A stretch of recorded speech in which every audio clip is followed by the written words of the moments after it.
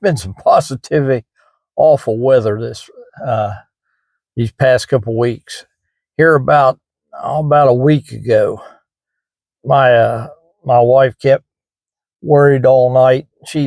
My wife doesn't like wind. It's about the only thing that scares her, but it scares her, and she doesn't much like.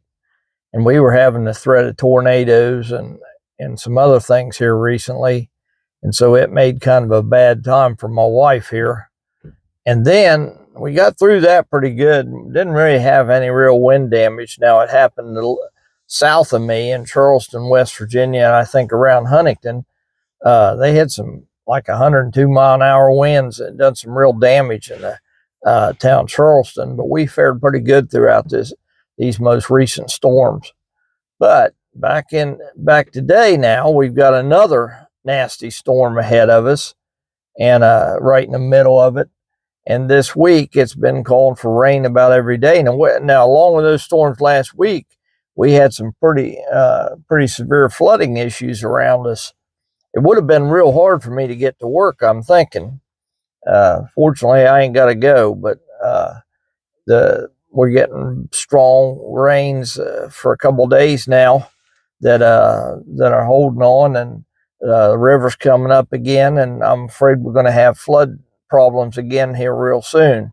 Like I said, it's not a problem with us, but I know it's a problem with a lot of other people, and it caused a lot of problems in Marietta, Ohio, and in Parkersburg, West Virginia, and of course the smaller local communities down in Belpre, Ohio, and none of these places too far from us, and so it's been an ordeal for folks here lately, and if it ever floods out my house, we're going to lose half the area, but so that isn't really an issue, but that's been happening a good bit here. There's been an awful flooding here, and a lot of people have suffered from it. And I'd like to see this rain get stopped. You can see I'm wearing a coat, so it's decided it was going to get cold again. I wish this weather would just figure out. I really don't care whether it decides to be cold or decides to warm up and be comfortable. I just wish it'd pick one or the other, and it doesn't seem to pick either one of them very well. So we're waiting for that to sort out. Along with that, I went to had occasion here to be in two different churches for some sort of special things that were going on here recently, and two churches I don't normally go to. One of them had some kind of special Easter service. Another one had another one. Well, we've been to a couple churches we don't generally go to, and I've noticed something that I think is particularly disturbing to me, and I don't see it. I didn't used to see it when I was younger, but I see it quite often now, and it's amazing to me. When I grew up, I would have no more thought of. I wouldn't have worn a ball cap or a cowboy hat or anything else that you might wear on your head. I wouldn't have thought of wearing those things at the dinner table. I wouldn't have thought of wearing them in church.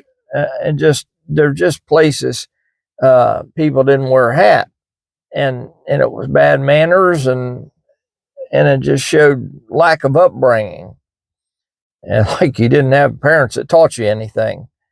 And my parents taught me a lot. Sometimes I forget a thing or two that they taught me, and I'm sure if they were both alive today, they'd shake their heads sometimes. They'd think, boy, I don't know if that kid's really ours or not. But my mom and dad did teach me certain things. And I went to those two services I went to here lately. I noticed something there that just disturbed the devil out of me was people that sat there in church with their baseball hats on. I do not understand it. It don't matter if it's a cowboy hat or a baseball cap or what it is. They don't belong in church. And the minute you walk into church, you ought to take the doggone things off.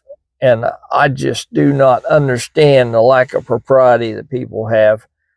Fortunately, most of the people grow up around here that I know around here, at least have brains enough to take off their hat during the national anthem and things such as that. But yeah, it's getting less and less common, and depends on where you go. I'm sure I grew up in a small town area, and as you know, we do things a little different around here. And I'm guessing if you were at an event where they did the Star Spangled Banner and you didn't remove your hat, if you aren't a military guy or something, you don't remove your hat during the national anthem, there might be some people around here that would help you get it off your head.